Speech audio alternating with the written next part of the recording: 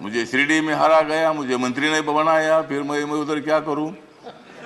तो इसीलिए मुझे मतलब कांग्रेस पार्टी को तो छोड़ना पड़ा। मुझे हर बार बोलते थे कि हमको कविता सुनाओ, अगर आप मुझे ज्यादा बोलने के लिए देंगे तो मैं कविता सुनाऊंगा, नहीं तो एक भी कविता नहीं सुनाऊंगा।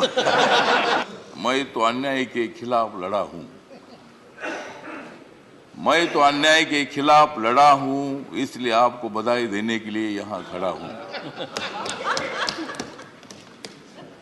आपका अनुभव बहुत ही बड़ा है, आपका अनुभव बहुत ही बड़ा है, इसलिए आपने संघर्ष का पहाड़ चढ़ा है।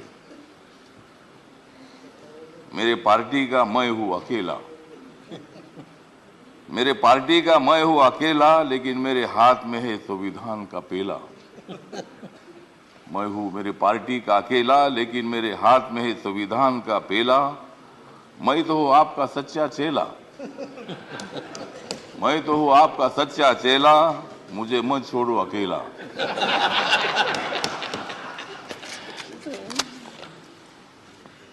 जिन्होंने उपराष्ट्रपति का सर किया है गढ़,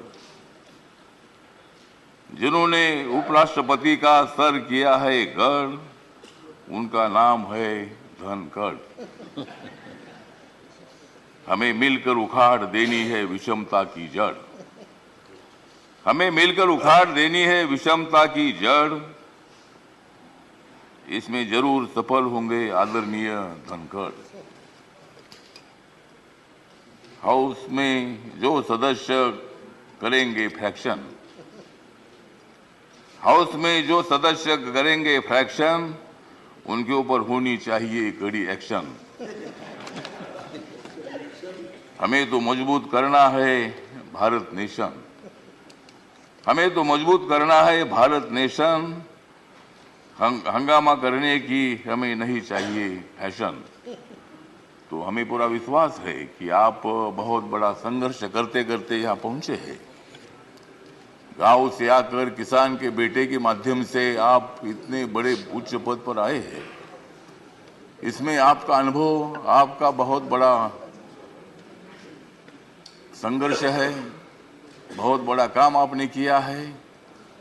आपने पश्चिम बंगाल में गवर्नर का जो काम किया है, बहुत बड़ा वहाँ चैलेंज था, वहाँ काम करना बहुत बड़ा मुश्किल था, लेकिन आपने बंगाल में बहुत अच्छा काम किया है और बंगाल में अच्छा काम आपने किया है, इसीलिए आपको यहाँ लाने की कोशिश जरूर हुई है। मतलब आप एक संघर्षशील नेता है।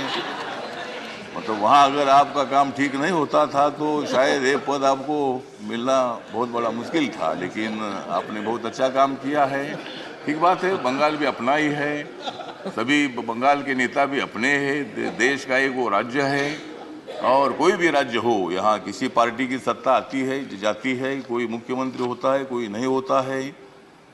कभी हम भी मतलब 3 बार सांसद रहे लोकसभा में, और मैं शिरडी में मैं हार गया, लेकिन मैं घर में बैठा नहीं, मैं घूमता रहा, मैं कांग्रेस पार्टी के साथ रहा। कांग्रेस पार्टी के मेरे सभी दोस्त हैं, समाजवादी पार्टी के मेरे दोस्त हैं, कम्युनिस्ट पार्टी के मेरे दोस्त हैं, और अभी बीजेपी के मेरे दोस्त हैं।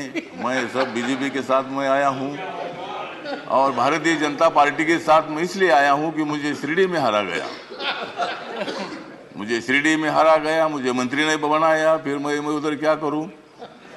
तो इसीलिए मुझे मतलब कांग्रेस पार्टी को तो छोड़ना पड़ा, और मैं नरेंद्र मोदी जी के नेतृत्व में सबका साथ सबका विकास दिख रहा है सारा प्रकाश। मतलब ये जो प्रकाश दिख रहा है, तो नरेंद्र मोदी जी के नेतृत्व में मैंने निर्णय ले लिया कि मैं बाबा साहब अम्बेडकर जी का अनुयायी हूँ।